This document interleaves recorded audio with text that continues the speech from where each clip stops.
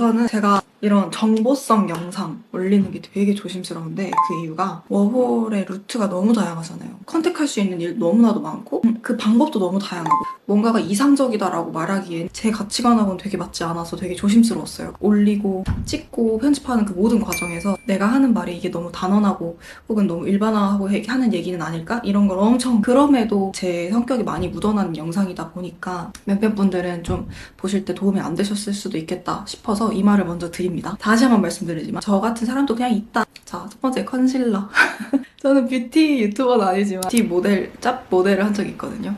그렇게 부자연스러운 그림은 아니라는 거. 자, 이제 빠르게 얘기해볼게요. 농장을 가게 된 이유. 결론부터 말하면 요즘 인기 많으신 브라이언 선생님처럼 I hate people의 상태로 제가 호주에 왔어요. 제 친구들은 알겠지만 저는 항상 좋은 걸 보거나 맛있는 거 먹으면 항상 친구들한테 연락해서 보여주고 밤마다 별 예쁘면 진짜 애들한테 맨날 전화해서 야, 별 보여? 별 보여? 이게 약간 보여주고 사람 되게 좋아해요. 근데 어느 순간 그냥 너무 지치는 거예요. 모든 관계에. 저도 그런 걸 겪는 와중에 한국에 있을 때 서비스 알바를 진짜 많이 했어요. 서비스직 알바. 한 20가지 종류를 넘게 했었던 것 같은데 서비스직 알바를 하면서 항상 웃어야 하는 것과 더불어서 인간관계에 있어서 좀 지치기 시작하면서 그냥 일할 때 내 표정, 내 행동, 말투 이런 거 신경 안 쓰고 할 수 있는 일 해보고 싶다. 그게 뭐가 있을까? 생각해보니까 1차 산업군이었던 거죠. 근본적으로 일을 하는 목적에 있어서 사람을 대하는 일은 아니니까 1차 산업군에서 일을 언젠가 한번 해보고 싶다는 생각을 했었어요. 그래서 제가 워홀을 결정을 하게 됐고 많은 분들이 농장을 가신다는 거예요. 그러면 드디어 나의 염원을 풀어볼 수 있겠다. 그래서 결과적으로 경험해보고 싶었던 일이기도 한데 일정 기간 일을 하면 1년 더 살 수 있다고? 한 번도 제가 일해보지 않았던 업종이었고 사람을 대하는 일에 좀 지쳐있는 상태였어서 그렇게 겸사겸사 가게 된 것 같아요. 저는 추가적으로 과일을 제가 진짜 좋아해요. 저도 밥 없어도 과일 있으면 살 수 있을 정도. 일하면서 과일을 바로바로 먹을 수 있는 과수원이면 기왕이면 좋겠다 이런 생각도 했던 것 같아요.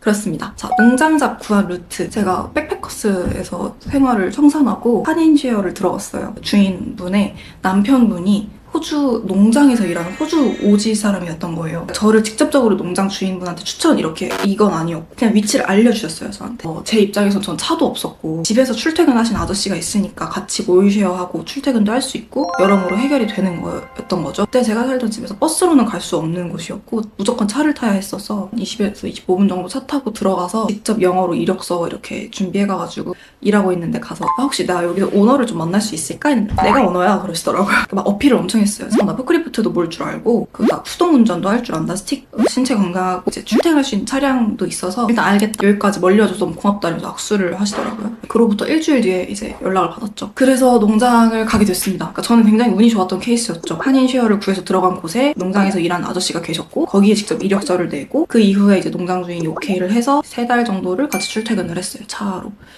그리고 농장 근무 환경은 어땠나 얘기해보면 제가 일하는 곳은 과수원이었어요. 그리고 저는 캐주얼이었고 평균적으로는 주에 5일을 일했고요. 하루에 평균적으로 7, 8시간 과일 종류가 하여튼 되게 많았어요. 어느 날은 과일을 따기도 하고 어느 날은 과일을 포장하기도 했어요. 그냥 모든 일을 저희는 다 했어요. 거의 약간 올라운더? 팜핸드라고 적혀있어요. 저희의 역할이 팜핸드 같아요. 속기, 피킹, 패킹, 그리고 이렇게 가지치기. 일하는 인원은 저 포함해서 제일 많았을 때도 한 6명? 너무 나이스한 친구들밖에 없었거든요. 뭐라 해야 되지? 한국에서도 이런 나랑 좀 뜻이 잘 맞고 배울 점 많은 친구를 내가 만날 수 있을까? 생각이 들 정도로 말이 잘 통했어요. 언어가 다른데도 매주 금요일마다 항상 맥주를 다 같이 마셨어요, 퇴근하고. 크리스마스엔 농장에서 막 고기도 구워 먹고 맥주도 한 잔씩 하고 되게 재밌는 경험들을 많이 했던 것 같아요, 농장에서. 케이팝을 너무 좋아해서 막 트로트 들으면서 일했어요, 진짜로. 트로트를 어떻게 하나 몰라.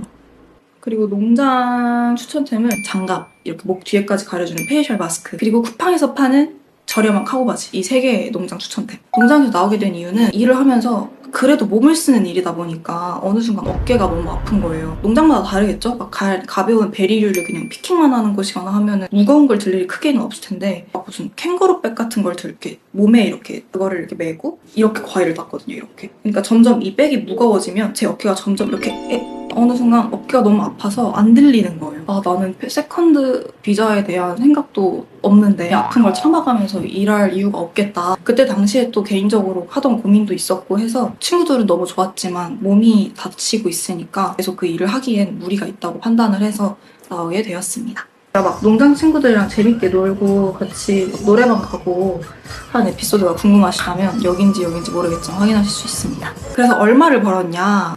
능력자 편이라고 해서 매일매일 일한 만큼 받아간 게 아니라 저희는 모두가 시급이 똑같았어요. 28.26불.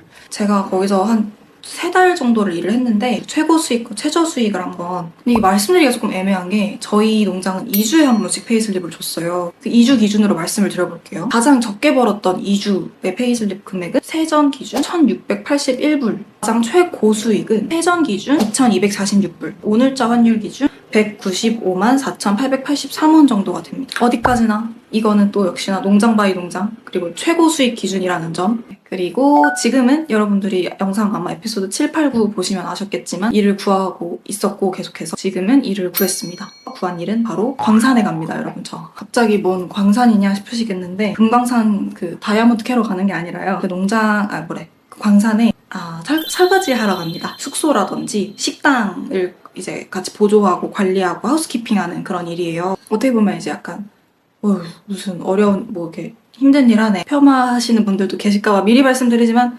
맞아요. 힘든 일이죠. 힘든 일이고 저는 지금 굉장히 설레요. 왜냐면 내가 한국에서 안 해본 알바가 없지. 종류가 너무 많아서 말하기 힘들 정도로 좀 많이 했다고 생각했는데 곰곰이 생각해보니까 제가 안 해본 일이 몇 가지가 있는 게 제가 호텔에서 일을 해봤었거든요. 근데 하우스키핑 일을 해본 건 아니었어요. 식당에서 일은 해봤는데 주방 일은 해본 게 아니었단 말이죠. 둘 다 제가 안 해본 일인 거예요. 아무튼 여러분들도 갑자기 광산? 막 하우스키핑? 설거지? 하실 수 있겠지만 한국에서 안 해본 일을 계속 해보고 싶었고 시티에서 많이 벗어날 수 있을 만큼 벗어나서 일을 해보고 싶었거든요. 광산에서 일할 수 있는 기회가 온 거예요. 와우, 신기하잖아요. 제가 언제 광산에서 일을 해보겠어요. 열심히 인터뷰를 봐서 붙어가지고 지금 첫 출근을 앞두고 있고요. 막 영화관도 지원을 했었고 막 카페, 식당, 유니클로 다 지워서 됐지만 다 떨어졌고 그런 과정들을 다 지나쳐서 현재는 광산 출근을 기다리고 있습니다. 그래서 오늘은 농장 관련한 이야기가 포커스이기 때문에 광산 관련해서 제가 따로 영상 나중에 만들게요. 농장에서 일한 후기를 종합해보면 사람들이 너무 좋았다. 일할 때 막 시장을 한다거나가 아니라 최대한 편하게 정말 맨 얼굴로 같이 일하고 진짜 막 눈곱 껴있고 막 이런 상태로도 같이 일하고 수다 떨고 하다 보니까 되게 인간적으로 친해질 수 있는 기회였던 것 같아요. 친구들이랑 좀 이렇게 정말 진솔한 얘기도 많이 했었고 거기서 만난 프랑스 언니, 저랑 같이 노래 티얼스 부른 언니, 저한테 되게 인간적인 조언도 많이 해줬고 그 언니 보면서 좀 배운 게 많아요. 되게 많은 조언을 해줬는데 지금 딱 기억에 남는 한 문장은 저한테 다프네, sometimes the best solution is being selfish 이렇게 얘기를 하는 거예요. 그러니까 가끔은 가장 좋은 솔루션, 가장 좋은 해결 방법은 그냥 이기적으로 구는 거야. 이런 말을 저한테 했었는데 그때 그런 얘기를 해줄 때 되게 많은 도움을 받았죠. 이 타이밍에 잊을까봐 말씀드리지만 농장마다 다르고 사람마다 다릅니다. 근데 저한테는 잘 맞았다. 몸 고생하는 거 싫고 막 농장에 막 도마뱀도 나오고 거미도 많이 나왔어. 쥐도 나오고 그런 거 싫어하시는 분들은 당연히 싫어하실 테지만 저는 너무 다 재밌었어요. 그냥 쥐가 너무 귀엽게 생겼더라고요. 그래서 라따뚜이다. 저는 그랬습니다. 저한테는 정말 좋은 경험이었어요. 참고로 저는 세컨 비자를 채우지 않고 나왔어요. 왜냐면 전 애초에 세컨 비자에 대한 욕심이 없었기 때문에. 다음 출근을 앞두고 지금 느끼고 있는 것들은 되게 다양해요. 많은 것들을 지금 느끼고 있고 구직을 거의 또 한 달 정도 준비하면서 그 사이사이에 위험 요소도 되게 많았어요. 돈이 점점 떨어져가서 울진 않았는데 답답하더라고요. 뭔가 마음대로 안 되니까. 그래서 되게 이러다 진짜 한국 가겠군. 그럴 때를 어떻게 이겨냈냐라고 한다면 일단 계속 했어요. 생각 안 하고 계속 지원했고 인터뷰라도 계속 보러 다녔고 그리고 그 사이사이에 운동이라든지 그림 그리는 거라든지 책 읽는 거라든지 제가 좀 평소에 마음이 편안해지는 그런 취미 그런 거를 평소보다 좀 더 많이 하려고 했고 어떻게 이제 막 10만 원밖에 안 남았어. 어떻게 이제 20만 원밖에 안 남았어. 이러지 않았고 그냥 썼어요. 그래서 진짜 얼마 안 남았던 순간에 그래 즐길 만큼 즐겼으니까 이렇게까지 했는데 안 되면 그냥 내일 한국 가자 했는데 그렇게 마음 먹은 날 전화 인터뷰 연락이 오더라고요. 진짜 하기 싫어도 웃으면서 이력서 기분 좋게 내보고 그렇게 하면 생각보다 별거 아니거든요. 그러니까 그거 하기 전까지는 막 두려워. 저거 냈는데 떨어지면 어떡해. 막 갔는데 영화 못 알아들으면 어떡해. 막 이럴 수 있겠지만 그런 생각을 하는 것 자체를 부정하지 마시고 그냥 내보세요. 그래도 일단 내보시면 생각보다 별거 아니네. 생각보다 영어 못 알아들어도 다 알아듣네? 그럴 수 있을 수도 있어요. 너무 겁내지 마시고 할 수 있는 거 다 해보세요. 그냥 그렇게 최대한 좀 즐기려고 하시다 보면 기회가 오는 것 같아요. 자기가 진짜 뭔가를 해놨다면. 그렇게 했는데도 안 되면 그냥 여행했다 셈치고 기분 좋게 한국 가도 문제 없죠. 왔다는 게 중요한 거고 실행에 옮겼다는 게 대단한 거니까 그거를 열심히 즐겼고 또 열심히 고생했다면 또 그 고생을 내가 알면 되니까 남이 알 필요 없잖아요. 내 고생은 나만 알면 되니까 나 진짜 수고했다 토닥여 주시고 기분 좋게 잠 드시고 울고 싶은 날엔 우시고 막 이럴 거면 워홀 왜 왔지 이런 생각 하지 마세요. 여기까지 오는데 얼마나 고생했어요. 우리 해볼 수 있는 거 다 해보시고 그래도 안 되면 기분 좋게 여행을 하시다 가시는 것도 저는 정말 멋있는 용기라고 생각해요. 그러니까 너무 겁내지 마세요. 그리고 또 추가적으로 하고 싶었던 말씀이 제가 유튜브 처음 시작하려고 했을 때 많은 유튜브 워홀러 분들의 영상을 많이 봤어요. 보니까 악플이 달리시는 그 유형이 크게 두 가지더라고요. 워홀 왜 가냐? 쓸모없다. 약간 이런 느낌. 뭐 외노자 할 거면 왜 가냐? 인종차별 당할 거면 왜 가냐? 약간 이런 류.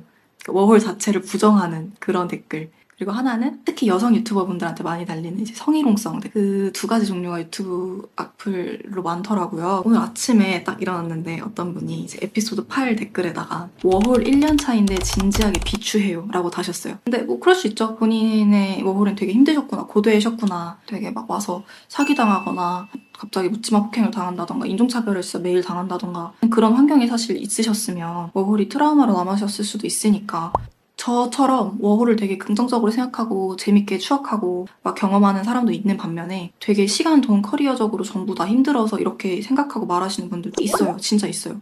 물론 대부분이 나라 관계없이, 나이, 성별 관계없이 대부분 다 추천하세요. 간혹 이런 얘기를 하시는 분들이 계세요. 혹시나 그런 이야기를 듣게 되신다면 저처럼 막 그렇게 기분 나빠하시거나 막 마음에 담아두지 않으셔도 되는 게 이분들은 워홀이 그랬던 거예요. 저는 뭐 워홀이 이런 식으로 흐르고 있지만 어떤 분한테는 워홀이 너무 힘들었어서 정말 다녀와 보니까 정말 시간과 돈, 커리어적으로 너무 손해를 봤어서 이렇게 얘기하시는 분들도 충분히 있을 수 있다고 생각해요. 이렇게 말하는 분들 충분히 만날 가능성이 있다. 그 경험이 좋든 나쁘든 그 사람이 경험해봐야 아는 거잖아요, 사실. 워홀 너무 좋아요. 외국인 친구도 사귈 수 있고 돈도 많이 벌고 한국에서 안 해본 경험 어쩌고 저쩌고 해도 누군가한테는 진짜 이럴 수 있거든요. 제가 마냥 막 희망찬 얘기만 하고 싶은 거는 또 아니기 때문에 사람도 있다라는 걸 말씀드리려고 이 댓글을 언급을 한 거고요. 아무튼 조금 보기에 눈살 찌푸려지는 단어 선택이 있어서 제가 삭제를 한 상태입니다. 뭐 제가 다푼애였으면 그냥 이렇게 힘든 일 안 하고 어쩌고 저쩌고. 근데 뭐 제가 해봐야 아는 거니까요. 여러분들도 워홀에 대해서 되게 많은 의견이 있잖아요. 많은 시선들이 있고. 근데 사실 그런 거 다 신경 쓰고 선택하려고 하면 그게 진짠지 아닌지 확인하는 건 본인이 와보는 게 사실 제일 정확하고 어떤 가치관을 갖고 어떤 목표를 가지고 와서 여기서 일을 하시든 진짜 아무도 뭐라고 할 사람 없으니까 오려고 마음 먹으셨다면 그냥 한번 와보세요. 아무튼 저는 워홀을 잘 재밌게 즐기고 있기 때문에 휴 저는 모쪼록 빨리 출근을 하고 싶네요.